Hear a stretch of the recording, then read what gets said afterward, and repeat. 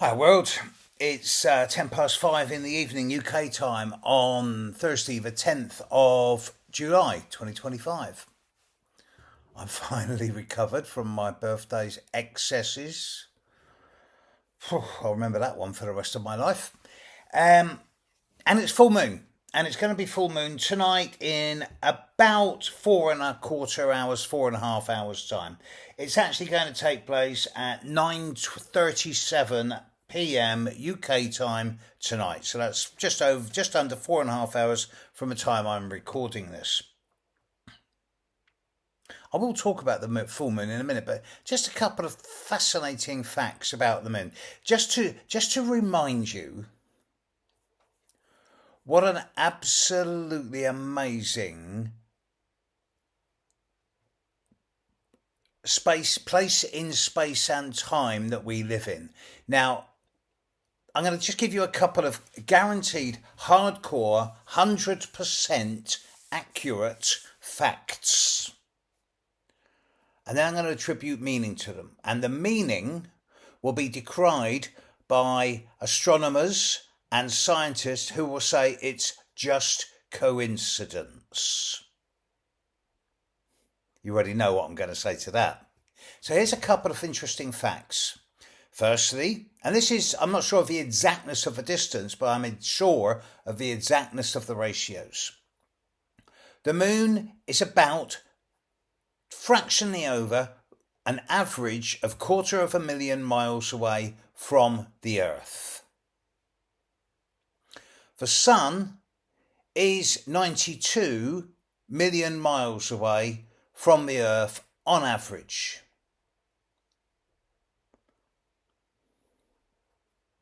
So the sun is about 365 degrees, 360, 370 times further away from the Earth than the moon is. Average of 365.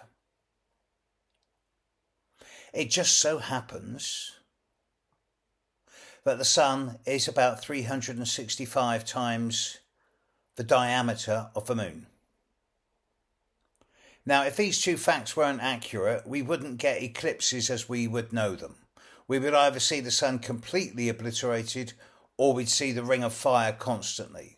But we only get eclipses because the ratios between the sun and moon are directly parallel in their distance from the Earth with their radii. As I say, this is obviously clear sign of planetary coincidence and there's no meaning to it whatsoever. But here's another one. It's full moon. Full moon happens about every 29.5 days. So every 29.5 days, the sun and the moon are opposed to each other. Or actually, there's a straight line between the moon, the sun and the earth. And when it's an exact straight line, that's when you get eclipses.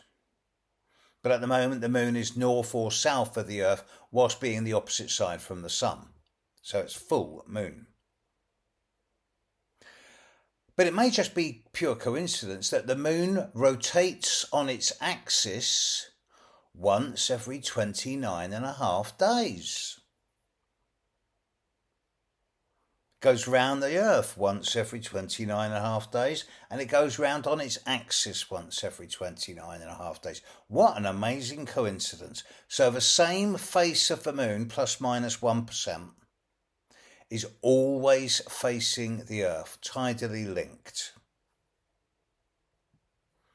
Fascinating coincidences. So my astronomical friends say. I choose to bring meaning into this. I choose to draw supposition and meaning to this and suggest that this is a classic example of planetary geometry, of which is far more in the solar system to a similar degree of accuracy. In fact, I might talk about this extensively on the 2 live streams I'm going to be doing next Saturday, a week and a half time. I think it's on the, if it's the 10th today, then, and it's Thursday, then, yeah, on the 9th, 10th, 11th, 12th, 19th, 20th, on the 20th, it's a Saturday, week and a half's time. I'm doing a live stream to all of my members And the following Saturday, I'm doing a live stream to the world. So I think I will be talking about the geometry of the planets and their relative positions and orbital speeds and the precision of the geometric patterns that they make, talking about the intelligent universe on those live streams. More on that closer to the time. Meantime, it's full moon. In a few hours from now, the sun will be at 18 degrees 50 of Cancer and the moon will be at 18 degrees 50 of Capricorn, and the earth will be directly between them. Not directly, at an angle, but they'll be opposite each other. As full moons go, this is a relatively tame one. For most people, not for me. It's exactly on my Sun-Uranus midpoint, but that's fine-tuning. It suggests that with this full moons are times of endings, of conclusions. Now, neither the sun nor the moon are making significant aspect to any other planet in the sky. So it is worthy to note that Mars is also completely unaspected. Jupiter is relatively unaspected. Venus is making a nice trine to Pluto and a weak sextile to Saturn and Neptune. And Uranus, now in Gemini, that's sextiling Saturn and Neptune and trining Pluto. But there are no strong aspects at this full moon.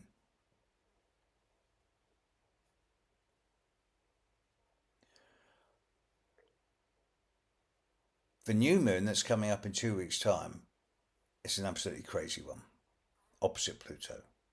More on that closer to the time. But I find it fascinating that today is a day of technological developments.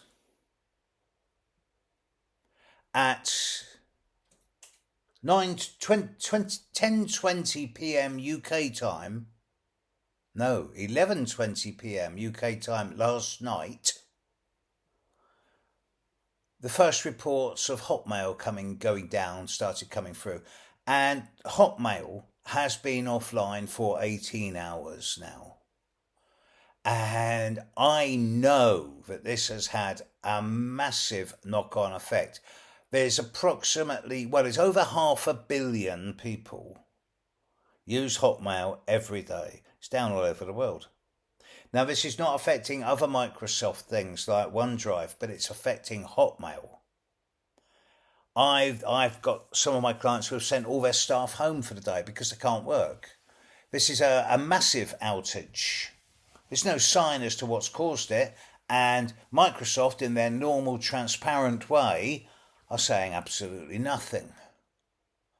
Apart from platitudes about it'll be fixed within half an hour, and they're saying that every hour, and have been for the last 6 hours, 8 hours. But this isn't all. This is something that's only affecting the UK, although word of it would have spread around the globe.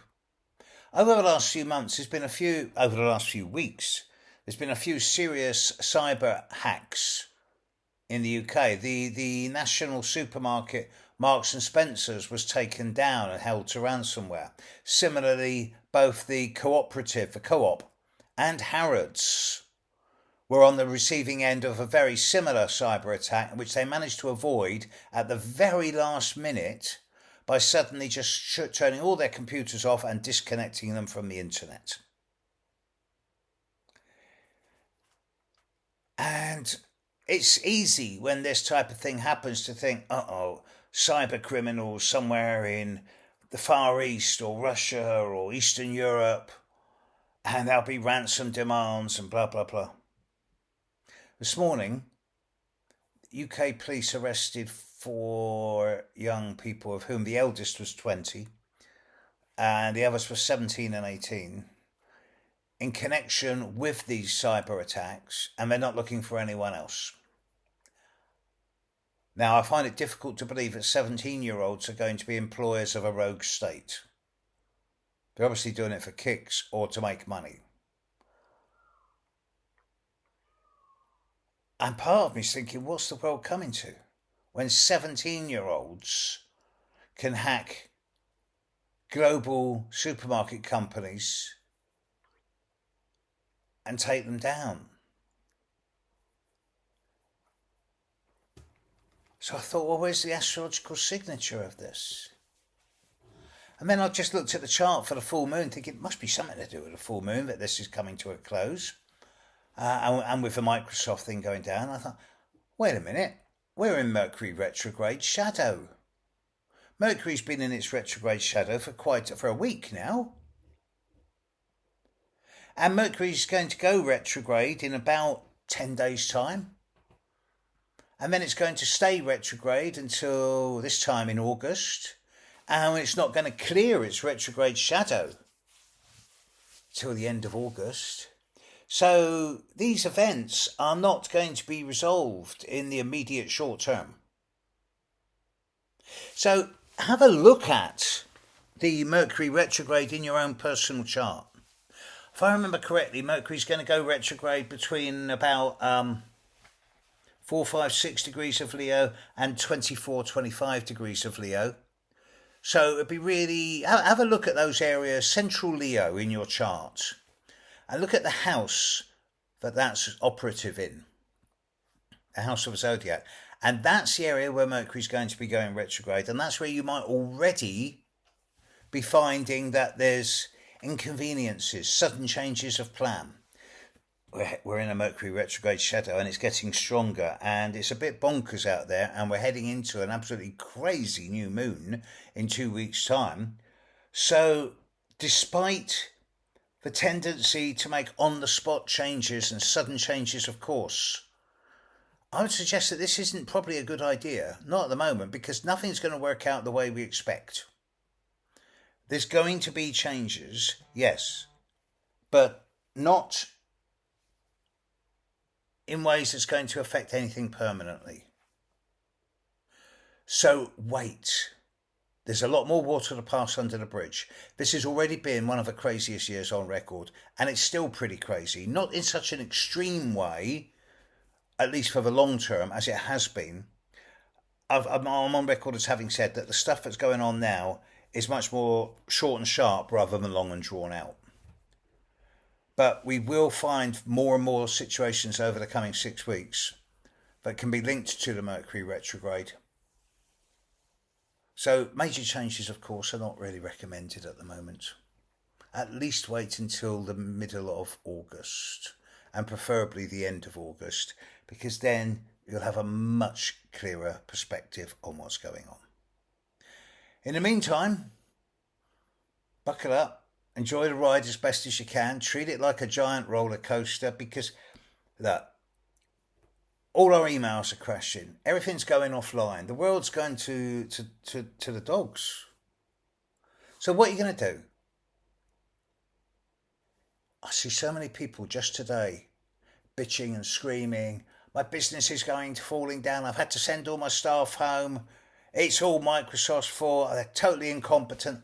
I thought, look, what's the point of getting angry? Yeah, I can't access my Hotmail. I can't get at my tickets for events I'm doing tomorrow or the next day. It'll all come out in the wash, and you've still got your life, you've still got your health, hopefully you've still got your humour. What's really important here? Maybe this is a lesson for us not to take ourselves too seriously. But then again, I'm irreverent. My catchphrase, negativity can't exist where there's humour. It might be an escape thing. I don't know. But for God's sake, people, find the humour. Find the joy. It's what makes us different. It's what keeps us vibrant. And it's what gives us hope. Enjoy the full moon. Catch you later, world. Bye.